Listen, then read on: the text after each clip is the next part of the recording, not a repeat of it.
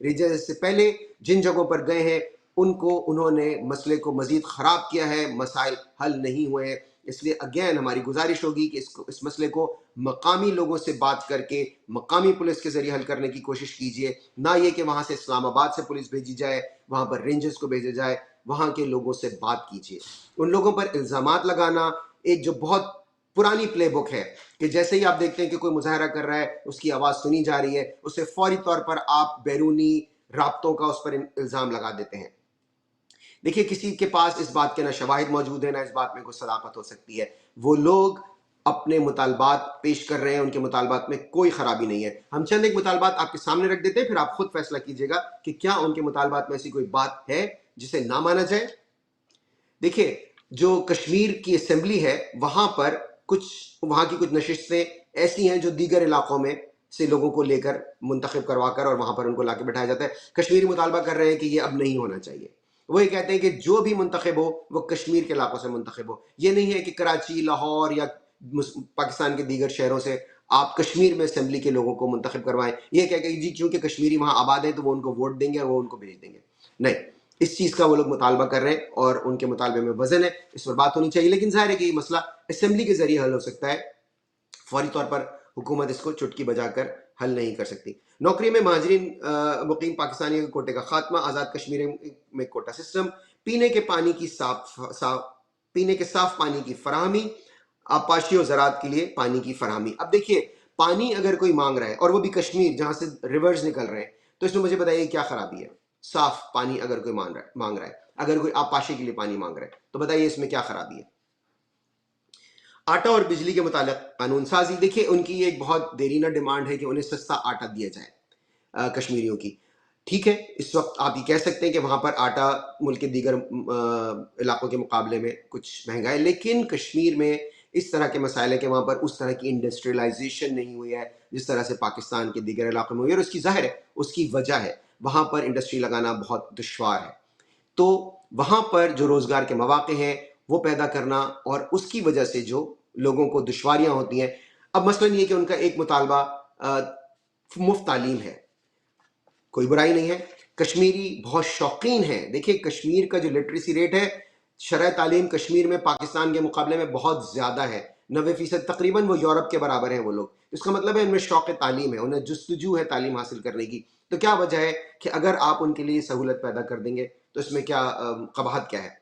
پھر medical facilities of course ان کا حق ہے، وہ مانگ رہے ہیں. وہ اس سے پہلے جب انہوں نے مطالبات پیش کیے تھے تو کچھ حد تک اس پر بات ہوئی تھی، لیکن پھر اب ان کا مطالبہ ہے کہ وہ پورا نہیں ہوا، اس لیے انہیں دوبارہ سے انہوں نے اس ایشو کو اٹھایا ہے. ٹیکسز میں چھوٹ. دیکھیے ٹیکس ظاہر ہے اس کا براہ راست تناسب ہوتا ہے آمدنی سے. جہاں پر آمدنی کم ہوگی وہاں پر ٹیکس بھی کم ہوں گے. اگر کوئی ٹیکس میں چھوٹ مانگ رہا ہے آپ کو اس کے لیے ایک فارمولا بنانا پڑے گا کہ آپ کی اتنی آمدنی ہوگی اتنا ٹیکس ہوگا. ان چیزوں کو ایک دفعہ بیٹھ کے حل کر لیجئے once and for all. Kashmir میں ریپریزنٹیشن موجود ہے. دیکھیے پورے پاکستان میں بے شک ماشاء اللہ لگتا رہا ہو غیر منتخب حکومتیں آتی رہی ہوں، فارم 47 کے لوگ آتے ہیں، جیسے اس وقت بھی ایک بالکل غیر نمائندہ حکومت ہے. شہباز شریف کے پاس وہ عہدہ ہے جو ایک وزیر اعظم کے پاس ہونا چاہیے، وہ منتخب وزیر اعظم نہیں ہے، انہیں عوام نے ووٹ نہیں دیا. مریم نواز کے پاس وہ عہدہ ہے جو ایک وزیر اعلیٰ کے پاس ہونا چاہیے، وہ منتخب نہیں ہے، انہیں عوام نے منتخب نہیں کیا. صدر زرداری کے پاس وہ عہدہ ہے جو کہ ایک صدر کے پاس ہونا چاہیے، ان کے نام کے ساتھ صدر ویسے ہی نکل گیا میرے منہ سے. الیکٹورل کالج بھی کمپلیٹ نہیں تھا. تو یہ سب غیر منتخب لوگ ہیں. کشمیر میں ایسا نہیں ہے، کشمیر میں لوگ باقاعدہ ووٹ دیتے ہیں، ان کی اپنی اسمبلیاں ہیں، ٹھیک ہے، اور وہ شروع سے چلتا آ رہا ہے، ان کے ہاں تعطل بھی نہیں آیا ہے. تو ان کو پتہ ہے، انہیں ڈیموکریسی کا مطلب پتہ ہے، انہیں پتہ ہے کہ ٹرو ریپرزنٹیشن کیا ہوتی ہے. اس لیے آپ ان کو اسی طرح سے ٹریٹ کیجئے، اسی طرح سے ڈیل کیجئے. اور دیکھیے یہ جو لوگ ہیں، یہ جو سب پڑھے لکھے لوگ ہیں، جو Jammu Kashmir joint action committee, یہ سب پڑھے لکھے لوگ ہیں. اس میں ایسا نہیں ہے کہ آپ یہ کہیں گے جی ان کو کیا پتہ یہ لوگ کیا مانگ رہے ہیں. نہیں، اس میں ٹیچرز بھی شامل ہیں، اس میں بعض وکلاء بھی ہیں، اس میں ٹریڈرز بھی ہیں، اس میں عام لوگ بھی ہیں. تو اس لیے یہ وہاں کی ٹرو ریپرزنٹیشن ہے کشمیر کے علاقے کے لوگوں کی. اس لیے پلیز ان سے بات کیجئے. اچھا جی، سرکاری محکموں میں رشوت، کرپشن اور سفارشی کلچر کا خاتمہ، یہ جو ڈیمانڈ ہے ظاہر ہے کہ اس پہ پیپلز پارٹی کو شدید تحفظات ہوں گے. اور زرداری صاحب جو ہیں، آصف علی زرداری ان کا نام ہے، شاید آپ نے نام سنا ہو، وہ اس پہ ظاہر ہے مجھے پتہ ہے کہ اس کے لیے تو وہ بہت زیادہ مزاحمت کریں گے، کیونکہ سفارشی اور کلچر اور کرپشن، وہ تو بنے ہی پارٹی کے چیئرمین ایک پرچی پر تھے، تو ظاہر ہے ان کے لیے تو بہت دشوار ہوگا۔ آزاد جموں کشمیر بینک کو شیڈول بینک کا درجہ دیا جائے، بلدیاتی نمائندگان کے اختیارات اور طلبہ یونین کے انتخابات۔ اب دیکھیے، لوگ بلدیاتی انتخابات اور طلبہ یونین کو بالکل ایک حقیر چیز سمجھتے ہیں۔ دس از ایبسلیوٹلی ریڈیکولس کہ یہ اساس ہے، یہ جڑ ہے جمہوریت کی، یہ جو طلبہ یونینز ہوتی ہیں، یہ جو بلدیاتی نظام ہوتا ہے، اس کے بغیر کوئی ملک خود کو جمہوری ملک کہنے کا دعوے دار ہو ہی نہیں سکتا۔ اس لیے یہ ڈیمانڈ بھی بہت جائز ڈیمانڈ ہے۔ ان کی ڈیمانڈس کو سنیے، ان پر غور کیجئے۔ میں بار بار آپ سے یہ کہہ رہا ہوں، دیکھیے، ایک تو یہ کہ ظاہر ہے یہ ایک ایسا مسئلہ ہے جو کہ اس کو انسانی سطح پر دیکھا جانا چاہیے۔ اگر آپ اسے سفارتی سطح پر بھی دیکھتے ہیں تب بھی یہ ایک بہت اہم مسئلہ ہے۔ کیوں؟ کیونکہ بھارت کو موقع نہیں ملنا چاہیے کہ وہ پاکستان کو سفارتی طور پر اس بات پر تنقید کا نشانہ بنائے یا اس کو آئسولیٹ کرنے کی کوشش کرے۔ جب آپ مقبوضہ کشمیر کی بات کرتے ہیں تو ایسا نہ ہو کہ وہ آزاد جموں کشمیر کی بات لے کر آ جائیں۔ اور پھر میں نے اپنے پہلے جو اس سے پہلے نیوز آن فائر جو میرا شو ہے، میں نے اس میں بھی یہ بات کی تھی کہ دیکھیے، پاکستان میں اگر آپ تناسب نکالیں نا آبادی کا، تو کسی بھی ایک علاقے کے لوگ اس تناسب سے بیرون ملک مقیم نہیں ہیں جس تناسب سے کشمیر کے لوگ ہیں۔ یہاں امریکہ میں بہت بڑی تعداد میں کشمیر کے لوگ رہتے ہیں، یورپ میں، یو کے بارے میں آپ کو پتہ ہے، وہ تو ان کا بالکل گھر ہے، دوسرا گھر ہے ان کا، وہاں بہت بڑی تعداد میں رہتے ہیں، کینیڈا میں رہتے ہیں، یورپ کے دیگر ممالک میں رہتے ہیں۔ آپ اندازہ کیجئے کہ اگر یورپ کے مختلف شہروں میں یا یہاں یو ایس اے میں یا کینیڈا میں کشمیری، آزاد جموں کشمیر کے لوگ اگر پاکستان کے خلاف مظاہرہ کرنا شروع کر دے، اس کے آپٹکس بہت برے ہوں گے، وہ بہت برا لگے گا، پاکستان کے لیے خود کو ڈیفینڈ کرنا دشوار ہو جائے گا۔ اس لیے پلیز آپ ان کی بات سنیے، ان کے ساتھ بیٹھیے۔ رینجرز کو بھیجنا مسئلے کا حل نہیں ہے، اسلام آباد کی پولیس کو بھیجنا مسئلے کا حل نہیں ہے، انٹرنیٹ بند کرنا مسئلے کا حل نہیں ہے۔ آپ فوراً انٹرنیٹ بند کر دیتے ہیں، اب فوراً فون کال کو وہ کر دیتے ہیں۔ آپ کو پتہ ہے وہاں کے لوگوں نے دھمکی دی ہے کہ اگر یہ آپ نے اسی طرح سے جیم رکھا فونز اور انٹرنیٹ وغیرہ، تو وہ لوگ جو وہاں پہ ٹاورز ہیں، سیل فون ٹاورز، انہیں نقصان پہنچا سکتے ہیں، اور ظاہر ہے اس کے نتیجے میں لا اینڈ آرڈر کی سچویشن کریٹ ہوگی۔ ہماری ان سے بھی اپیل ہے کہ پلیز پراپرٹی کو نقصان نہ پہنچائیں، قانون کو اپنے ہاتھ میں نہ لیں۔ پرامن مظاہرہ آپ کا حق ہے، لیکن ایسی کوئی چیز جس سے املاک کو نقصان پہنچے، ظاہر ہے اسے ڈیفینڈ نہیں کیا جا سکتا۔ آپ اپنی اسکرین پر دیکھ سکتے ہوں گے، فائرنگ کی اطلاعات بھی ہیں، ایک شخص کی ہلاکت کی اطلاع بھی ہے۔ حالات اس سے پہلے کہ قابو سے باہر ہوں، آپ کو اس پر کچھ مثبت عمل کرنا چاہیے۔ عمران خان کے ذکر کے بغیر تو ظاہر ہے، اور جس دن وہ ٹویٹ کر دیں کچھ نہ کچھ تو ہو ہی جاتا ہے۔ عمران خان نے ایک بہت طویل ٹویٹ کیا ہے، ظاہر ہے، اور وہ ان کی ملاقات ہوئی ہے اپنے وکلاء سے، اپنی بہنوں سے۔ اگین کنسسٹنسی ہے عمران خان کے طرز عمل میں۔ انہوں نے پھر وہی بات کی ہے۔ اچھا، وہ اس دفعہ انہوں نے بتایا کہ ایف آئی اے کی ٹیم ان کے پاس آئی تھی اور اس نے ان سے کچھ سوالات کیے۔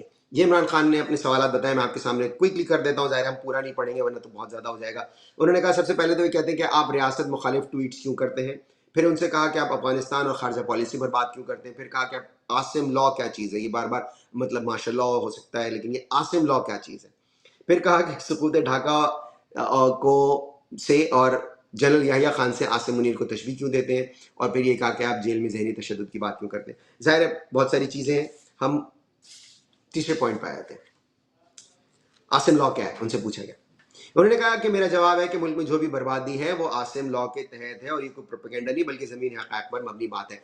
عمران خان کی کنسسٹنٹ پوزیشن ہے، عمران خان جو پوزیشن لیتے ہیں وہ اس پہ ڈٹ جاتے ہیں، وہ کنسسٹنٹ ہوتی ہے، صحیح ہو غلط ہو، یہ عمران خان کی شخصیت کا حصہ ہے۔ اب آپ اس سے اختلاف کریں، آپ اس سے اتفاق کریں، دس از ہاؤ ہی از۔ وہ ایک پوزیشن لیتے ہیں، اس پہ ڈٹ جاتے ہیں۔ اب انہوں نے کہہ دیا یہ بات، اس بات پہ وہ ڈٹ گئے کہ جی ملک میں عاصم لا ہے۔ وہ اصطلاحات دینے میں بھی ماہر ہے، وہ آپ کو یاد ہوگا، وہ کچھ ایسے فقرے بنا دیتے ہیں، جیسے انہوں نے کہا کہ ایک تو یہ پڑھے لکھے نہیں، اوپر سے کوشش بھی نہیں کرتے، ان کی تعلیم بھی زیادہ نہیں ہے۔ وہ بات زبان زد عام ہو گئی، ہم کوئی غلام ہیں، یہ والی بات بھی عمران خان نے کی، وہ بھی زبان زد عام ہو گئی۔ تو عمران خان کرتے رہتے ہیں اس طرح سے، کچھ فریزز کوائن کرتے ہیں۔ مجھے نہیں پتا کہ وہ ان کی کوئی اس طرح کی ایکسپرٹیز ہے، کوئی لنگوسٹ تو ظاہر ہے وہ نہیں ہے، کرکٹر تھے، پڑھے لکھے آدمی ہیں، لیکن وہ کرتے ہیں اس طرح سے، ہی پلیز وتھ ورڈس۔ اچھا جی، پھر وہ کہہ رہے ہیں کہ سب سے پہلے مجھے رینجرز نے احاطہ عدالت سے اغوا کیا، 9 مئی کا فالس فلیگ کروایا. اب دیکھیے فالس فلیگ، عمران خان نیند میں سے اگر ان کو اٹھائے گا نا اور 9 مئی کہے گا، وہ کہیں گے فالس فلیگ. فالس فلیگ کیا ہوتا ہے؟ خود سے حملہ کرا کے اس کا الزام کسی اور پہ لگانا. عمران خان بھولتے نہیں ہیں. دیکھیے ان کی ایک فاسٹ بالر کی مینٹیلٹی ہے، وہ بالکل ایسے کنسسٹنٹ لگے ہوئے، انہیں چوکا پڑے چھکا پڑے وکٹ ملے. عمران خان کو آپ نے دیکھا ہو جب وہ کرکٹ کھیلتے تھے بہت انڈیفرنٹ رہتے تھے. بہت سے بالرز ہیں اگر ان کو کوئی ہٹے لگ جائیں، ان کو چوکے چھکے لگے تو بہت ہی مطلب رفلڈ ہو جاتے ہیں. Imran used to remain unruffled, انہیں زیادہ فرق نہیں پڑتا تھا. اچھا وکٹ لے کے بھی وہ بہت زیادہ اچھلتے نہیں تھے، بلکہ لوگ دور دور سے آ کے ان کو یوں مبارکباد دیتے تھے اور ٹیپ کرتے تھے یا زیادہ وہ ہاتھ ملا لیتے تھے. بس جس سے ہوتا ہے نا فاسٹ بالرز کو عجیب عجیب ایکشن کر رہے ہوتے ہیں، بہت ہوا میں اچھل رہے ہوتے ہیں. No, Imran Khan was very indifferent. خیر اس دور کے باقی کرکٹرز بھی ایسے ہی تھے، وہ اتنی زیادہ ان میں کوئی جس طرح آج بہت زیادہ چھچور پن ہوتا ہے، عجیب عجیب اشارے کرتے ہیں ایک دوسرے کو، اس زمانے کے کرکٹرز اس معاملے میں ذرا زیادہ تدبر کا مظاہرہ کرتے ہیں. عمران خان کچھ زیادہ ہی تھے، وہ بالکل ریزروڈ رہتے تھے. تو ان میں یہ ہے کہ وہ مطلب ان کا ایک سٹانس ہے، ان کی پرسنالٹی. اب کیا کریں، کچھ لوگ انہیں ناپسند کرتے ہیں، واٹ کین وی ڈو. اچھا انہوں نے کہا کہ پھر 9 مئی سے جو ہے سی سی ٹی وی فوٹیج بھی چرا لی گئی، اسے بھی نہیں پیش کیا جاتا. اس کے بعد جو پریس کانفرنس کرتا ہے اس کو آزادی مل جائے. دیکھیں یہ بہت ویلڈ پوائنٹ ہے، یہ بہت ویلڈ پوائنٹ ہے، اور یہ کالک ہے پاکستان میں عدلیہ پر، نظام عدل پر. یہ ایک کالک ہے، تماچا ہے، یہ دھبا ہے. شاہ محمود قریشی نے جب یہ کہا کہ وہ 9 مئی کو لاہور میں تھے ہی نہیں، وہ کراچی میں تھے اپنی اہلیہ کے میڈیکل اپوائنٹمنٹ کی وجہ سے، ان کا ڈاکٹرز اپوائنٹمنٹ تھا کراچی میں، اس لیے وہ لاہور میں تھے ہی نہیں. تو جج نے پتہ ہے آپ کو کیا کہا؟ اب سنیے گا اور سر پیٹ لیجیے گا آپ اپنا. جج نے کہا جب تک آپ پریس کانفرنس نہیں کریں گے آپ کو چھٹکارا نہیں ملے گا. آپ اندازہ لگائیے اس ملک میں نظام عدل کی کیا صورتحال ہوگی جہاں پر جج خود یہ بات کہہ رہا ہو. عمران خان اسی بات کو دہرا رہے ہیں. پھر لوگ کہتے ہیں کہ جی لوگ عمران خان کی بات سنتے کیوں ہیں؟ ارے بھائی زمینی حقائق ہیں، یہ زمینی حقائق ہیں. جو پریس کانفرنس کرتا تھا وہ چھوٹ جاتا تھا، اس کو آزادی مل جاتی تھی، وہ بالکل صاف ستھرا ڈرائی کلین ہو کر وہ آ جاتا تھا. اچھا جی، پھر انہوں نے کہا کہ عوام نے ہمیں 2/3 مینڈیٹ دیا، اس میں کوئی شبہ نہیں ہے، پی ٹی آئی بہت بڑی اکثریت سے جیتی، کامن ویلتھ کی رپورٹ آپ کے سامنے. لیکن اس کے بعد چوروں کو لا کے بٹھا دیا گیا. اب ایک بات جو عمران خان نے بہت اہم کی ہے، جس الیکشن کمشنر پر آرٹیکل 6 لگنا چاہیے تھا، ظاہر ہے جب آپ اپنے آئین سے روگردانی کرتے ہیں، خلاف ورزی کرتے ہیں تو کیا ہوتا ہے. اچھا جی، اب پھر اس کے آگے انہوں نے افغانستان کی بات کی ہے، ظاہر ہے کہ وہ بھی بہت اہم ہے. اس کے بعد انہوں نے کہا کہ وہ جو وہ والا معاملہ ہے کہ انہیں ذہنی تشدد کی بات انہوں نے وہ کی. پھر کرکٹ ٹیم پہ دیکھیں عمران خان کا تو میرٹ ہے، کرکٹ پہ تو ان کی بات بنتی ہے نا کرنی. یہ تو آپ نہیں کہہ سکتے نا کہ وہ کرکٹ پہ بات نہیں کر سکتے. اگر پاکستان میں عمران خان کرکٹ پہ بات نہیں کر سکتے تو کوئی نہیں کر سکتا، ان سے زیادہ کریڈینشیلز کسی کی مضبوط ہے نہیں. تو انہوں نے پھر کرکٹ پہ بات کی. انہوں نے کہا کہ اگر آپ کرکٹ میں بہتری چاہتے ہیں، انہوں نے عاصم منیر کو مشورہ دیا تو محسن نقوی کو ہٹا کر کسی قابل شخص کو اس عہدے پر تعینات کیا جائے جسے کرکٹ کی سمجھ ہو. جب سے پی سی بی کی سربراہی محسن نقوی کو سونپی گئی، کرکٹ کا بیڑا غرق ہو گیا. Absolutely true, correct, no doubt about it, اس میں تو کوئی شبہ ہے ہی نہیں. ان کا ٹویٹ بہت طویل ہے، ہم نے ظاہر تمام نکات نہیں پڑھے، ہم اپنے اگلے شو میں کوشش کریں گے کہ اس میں سے کچھ نکات شامل کریں. اس وقت ہم چلتے ہیں اپنی ٹاپ سٹوری کی طرف، جو ہم نے پہلے آپ سے جہاں سے بات شروع کی تھی کہ قطر نے مطالبہ کیا کہ اسرائیل معافی مانگے. اسرائیل نے معافی مانگ لی، اور اس کو جو میڈیٹ کرایا دونوں ملکوں کے درمیان، ظاہر ہے وہ امریکہ نے کرایا. پریزیڈنٹ ٹرمپ نے خود، انہوں نے اسٹیٹ ڈپارٹمنٹ پر نہیں چھوڑ دیا، وہ خود درمیان میں آئے. انہوں نے قطر کے امیر سے بات کی، انہوں نے قطر کے وزیر اعظم سے بات کی، انہوں نے اسرائیل کے وزیر اعظم سے بھی بات کی. کچھ اس بات چیت کا کچھ جو حصہ ہماری نالج میں تھا، ہمیں کچھ سورسز سے پتہ چلا، کچھ ہم نے اپنی ریسرچ کی، وہ ہم نے آپ کے سامنے پیش کر دیا. پریزیڈنٹ ٹرمپ نے prime minister Benjamin Nitin Yahoo کو کس طرح آمادہ کیا اس کا علم ہمیں نہیں ہے، لیکن باقی جو باتیں ہمارے علم میں تھیں ہم نے آپ کی خدمت میں پیش کر دی. چیدہ نکات جو کہ اس مڈل ایسٹ پیس پلان میں ظاہر ہے سب سے پہلے جو یرغمال ہیں، جو ہوسٹیجز ہیں جو حماس کے قبضے میں، ان کی واپسی. اس کے بعد ظاہر ہے جو پریزیڈنٹ ٹرمپ یہ کہہ رہے ہیں کہ حماس کو مکمل طور پر غیر مسلح کرنا، مکمل طور پر غیر مسلح کرنا یعنی مکمل طور پر ان کی اس صلاحیت کو سلب کر لینا کہ وہ دوبارہ سے کوئی حملہ کر سکیں اسرائیل پر. ظاہر یہ اس میں شامل ہے. اس کے علاوہ قیام امن اور فلسطینین اسٹیٹ ہوڈ کی بھی بات کی گئی ہے. کتنے دن میں ہوتا ہے اس میں مسلم ممالک کا کیا کردار ہوتا ہے. ہم اپنے پچھلے پروگرامز میں آپ کو بتاتے رہے ہیں کہ اس بات کی کاوشیں بھی ہو رہی ہیں کہ وہاں پر ایک انٹرنیشنل پیس کیپنگ فورس بھیجی جائے جو کہ ان ممالک کے فوجیوں پر مشتمل ہو جو کہ مسلم کنٹریز ہوں. ایک کیویات اس میں یہ ہے، ایک چیز اس میں جو باریکی ہے وہ یہ کہ کیا اسرائیل ایسے کسی ملک کی فوج کو اس علاقے میں آنے کی اجازت دے گا جس کے اسرائیل سے تعلقات نہ ہو، جو اسرائیل کو تسلیم ہی نہ کرتا ہو، جس کے پاسپورٹ پہ یہ لکھا ہوا ہو کہ یہ پاسپورٹ اسرائیل ٹریول کرنے کے لیے نہیں ہے. اس حد تک اینیموسٹی ہو. کیا ایسے کسی ملک کی فوجیں، اور ظاہر آپ جانتے ہیں کہ ہمارا اشارہ پاکستان کی طرف ہے. آج پریزیڈنٹ ٹرمپ نے اپنی تقریر میں شہباز شریف، جن کے پاس وہ عہدہ ہے جو وزیر اعظم کے پاس ہونا چاہیے، اور chief of army staff general Asim Munir کا ذکر کیا اور پھر کہا کہ وہ لوگ 100% ان کے اس پلان کے حامی ہیں. اس پلان کی جب تفاصیل آئیں گی سامنے تب ظاہر ہے ہمیں پتہ چلے گا کہ اس کی نیٹی گریٹی کیا ہے، جسے کہتے ہیں کہ the devil is in the details. لیکن اگر واقعی اس پلان میں یہ لکھا ہوا ہے کہ پاکستان کے فوجی بھی فلسطین جائیں گے اور اس پر شہباز شریف اور جنرل عاصم منیر متفق ہیں بقول ٹرمپ کے، بقول پریزیڈنٹ ٹرمپ کے، اگر وہ اگری کر گئے تو ظاہر ہے ہمیں پھر اس پر الگ سے ایک شو کرنا پڑے گا، اس پر الگ سے بات کرنی پڑے گی. آج کے شو میں بس اتنا ہی. اپنا خیال رکھیے گا، ہمارے اس چینل کو سبسکرائب کیجیے اور اپنے دوستوں سے شیئر بھی. انشاءاللہ تعالیٰ اگلے شو میں آپ سے پھر ملاقات ہوگی. اللہ حافظ.